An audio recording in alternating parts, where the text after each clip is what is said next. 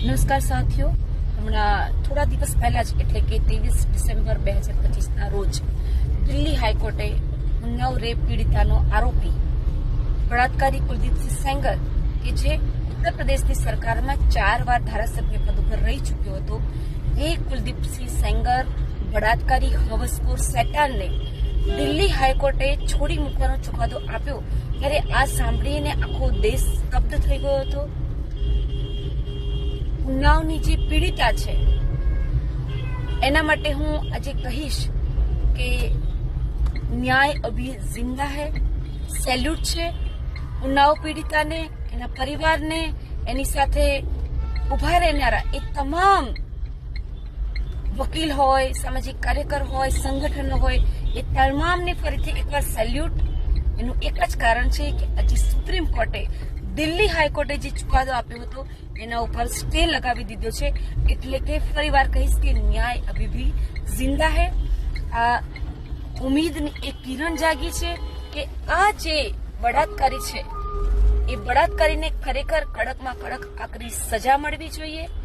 દિલ્હી હાઈકોર્ટે ખરેખર જે કર્યું, આમ જોવા જઈએ તો ઉન્નાવની જે પીડિતા છે એ પીડિતાનો જે આ બળાત્કારનો જે કેસ થયો હતો એ આખા દેશની અંદર બધાને ઝકઝોરી દીધો હતો. આ ઉન્નાવની પીડિતાએ ખૂબ સંઘર્ષ કર્યો ન્યાય લેવા માટે. કમસે કમ એની એફઆઈઆર સુદ્ધા લેવાતી નહોતી ત્યારે કંટાળીને મુખ્યમંત્રીના ઘરની આગળ એણે અગ્નિસ્નાન કરવાની કોશિશ કરી હતી. ત્યારબાદ એના પિતાજીનું જેલમાં મૃત્યુ થયું. જેટલી વાર મુદતો પડે અને જ્યારે આ ઉન્નાવની પીડિતા બહાર નીકળતી હતી ત્યારે કુલદીપસિંહ સેંગર આ બળાત્કારી એક્સિડન્ટ કરવાતો હતો અને એક્સિડન્ટની અંદર આ જે ઉન્નાવની દીકરી છે, પીડિતા છે, એના બંને કાકાનું મૃત્યુ થયું, એના પિતાનું મૃત્યુ થયું, એ પોતે ઘાયલ થઈ, એ વેન્ટિલેટર પર હતી. કેટલો એણે સંઘર્ષ કર્યો અને આ કેસને દિલ્હીની અંદર જ્યારે તબદીલ કરવામાં આવ્યો, સીબીઆઈ તપાસ કરવામાં આવી, સીબીઆઈએ પણ ઘણી એવી માહિતી કોર્ટને પણ આપી અને જણાવ્યું કે આ જે ઉન્નાવની જે પીડિતા છે ખરેખર એને પ્રશાસને સહકાર આપવો જોઈએ. એની જગ્યાએ ત્યાં ખરેખર 3 મહિલા આઈએએસ, આઈપીએસ અને ડિસ્ટ્રિક્ટ મેજિસ્ટ્રેટ આ ત્રણેય મહિલા હોવા છતાં પણ ઉન્નાવની પીડિતાને સપોર્ટ કરવાની જગ્યાએ ક્યાંક ને ક્યાંક લોભ, લાલચ, પ્રમોશન અને ખબર જ છે ને આપણને કે આ જેટલા પણ અધિકારીઓ છે એમાંથી ઘણા ખરા એવા છે કે જે આ બધી લાલચમાં સત્તા પક્ષની ચાપલુસી કરતા હોય છે. તો હશે એવા ચાપલુસ અધિકારીઓ કે આ મહિલાઓ, એ અધિકારીઓ મહિલા હોવા છતાં પણ ઉન્નાવની જે પીડિતા છે એને સપોર્ટ નહોતો કર્યો અને દરની ઠોકરો આ ઉન્નાવની પીડિતા જે દીકરી છે એને ખાધી હતી ન્યાય માટે.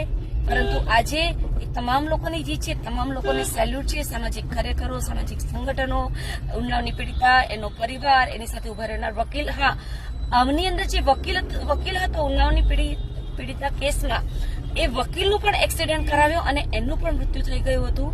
તો આવી ભયાવહ પરિસ્થિતિ વચ્ચેથી પસાર થઈ આ ઉન્નાવની પીડિતા અને જ્યારે દિલ્હી હાઈકોર્ટ એને છોડી મૂકવાની વાત કરે અને એ પણ એવું રીઝન આપે કે જે આપણને સાંભળીને પણ એવું થઈ જાય કે ખરેખર ન્યાય પ્રણાલી આટલી બધી બોધી કઈ રીતે થઈ શકે? હાઈકોર્ટ, દિલ્હી હાઈકોર્ટ આવી રીતે કેવી રીતે ચુકાદો આપી શકે? કારણ જાણીને પણ આપણને હસવું આવે, આપણને એવું થાય કે આ તો કઈ રીઝન છે? દિલ્હી હાઈકોર્ટ એવું કહેતી હોય કે આ જો કોઈ સરકારી કર્મચારી હોત તો એને કડકમાં કડક સજા કરવામાં આવત. આ એક એમએલએ હતા એટલે એ એમએલએ હતો એટલે એ સરકારી કર્મચારી ન કહેવાય. અરે, એટલે એને છોડી મૂકવાનો? બળાત્કારી એ બળાત્કારી જ હોય છે. પછી એમએલએ હોય, એ મંત્રી હોય, એ મજૂર હોય, કે રસ્તા પર રહેતો હોય, કે બંગલામાં રહેતો હોય, કરોડપતિ હોય, કે રોડપતિ હોય, બળાત્કારી એ બળાત્કારી જ છે. બળાત્કારીની કોઈ ભાષા નથી, બળાત્કારીની કોઈ જ્ઞાતિ નથી હોતી. બળાત્કારી ના અમીર હોય છે, ના ગરીબ હોય છે. બળાત્કારી એ બળાત્કારી જ હોય છે અને દરેક બળાત્કારી માટે કડકમાં કડક દાખલારૂપ સજા હોવી જ જોઈએ. ચાહે એ કુલદીપસિંહ સેંગર હોય, કે ચાહે મોટો ગમે તેનો ચમરબંધી હોય, કે ચાહે ગમે તે વ્યક્તિ હોય. ત્યારે દિલ્હી હાઈકોર્ટે એને જયારે છોડી મૂકવાની વાત કરી હતી તો ખરેખર એક મહિલા હોવાના નાતે મારું હૃદય પણ હચમચી ગયું હતું અને ખરેખર આ જે ચુકાદો આવ્યો અને ત્યારબાદ ઇન્ડિયા ગેટ ઉપર જે દિલ્હીની પીડિતા અને પરિવારે અને જે લોકોએ પણ સપોર્ટ કર્યો, વિરોધ પ્રદર્શન કર્યાની માંગ કરી કુલદીપસિંહ સેંગર બળાત્કારીને કડકમાં કડક સજા કરવાની ને આજે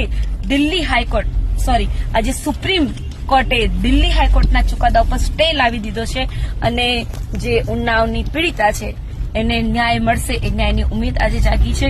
તો ફરી એકવાર સેલ્યુટ છે એ ઉન્નાવની દીકરીને, એના સંઘર્ષને, ન્યાય લેવાની એની જે જીજીવિષા છે અને જે લડવાની એની શક્તિ છે અને એની સાથે ઉભા રહેનાર તમામ પરિબળો, તમામ સંગઠનો, મહિલા, યુવા, દેશની હરેક વ્યક્તિ કે જેની દિલની અંદર એ વાત હતી, એ દર્દ હતું કે ખરેખર કુલદીપ સેંગરને બળાત્કારીને આકરામાં આકરી સજા મળવી જોઈએ, એને ફાંસીની સજા મળવી જોઈએ. ન કેવલ કુલદીપસિંહ સેંગર પરંતુ જેવી રીતે જેટલા પણ બળાત્કારીઓ છે તમામ લોકોને આકરામાં આકરી સજા મળવી જોઈએ. પ્રજ્વલ રેવન્ના હોય કે પછી જે પણ હોય એ તમામ બળાત્કારીઓને દાખલારૂપ સજા મળે અને દેશની દીકરીઓ સુરક્ષિત રહે અને ફરી ઉન્નાવની દીકરીએ, પીડિતાએ જે સંઘર્ષ કર્યો છે એવો સંઘર્ષ કરવાનો વારો કદાચ ભારત દેશની કોઈ દીકરીને ના આવે. સો સલામ છે સુપ્રીમ કોર્ટને, ન્યાયને અને અમે એક મહિલા તરીકે ભારતના બંધારણમાં પૂર્ણ વિશ્વાસ ધરાવીએ છીએ અને એમને પૂરેપૂરી ખાતરી છે, પૂરેપૂરો ભારત દેશના બંધારણ ઉપર, કાયદા કાનૂન પર અને સુપ્રીમ કોર્ટ ઉપર અમને પૂરેપૂરો વિશ્વાસ છે કે ઉન્નાવની પીડિતાને જરૂર ન્યાય મળશે અને આ જે બળાત્કારી કુલદીપસિંહ સેંગર છે એને આકરામાં આકરી સજા મળે અને તમામ બળાત્કારીઓને ફાંસીના માચડા પર ચડાવવામાં આવે અને ભારત દેશની કોઈ પણ દીકરી, પરિવાર આવા કોઈ દરિંદાના હવસનો શિકાર ન બને એવી જ મનોકામના સાથે જય ભારત, જય સંવિધાન.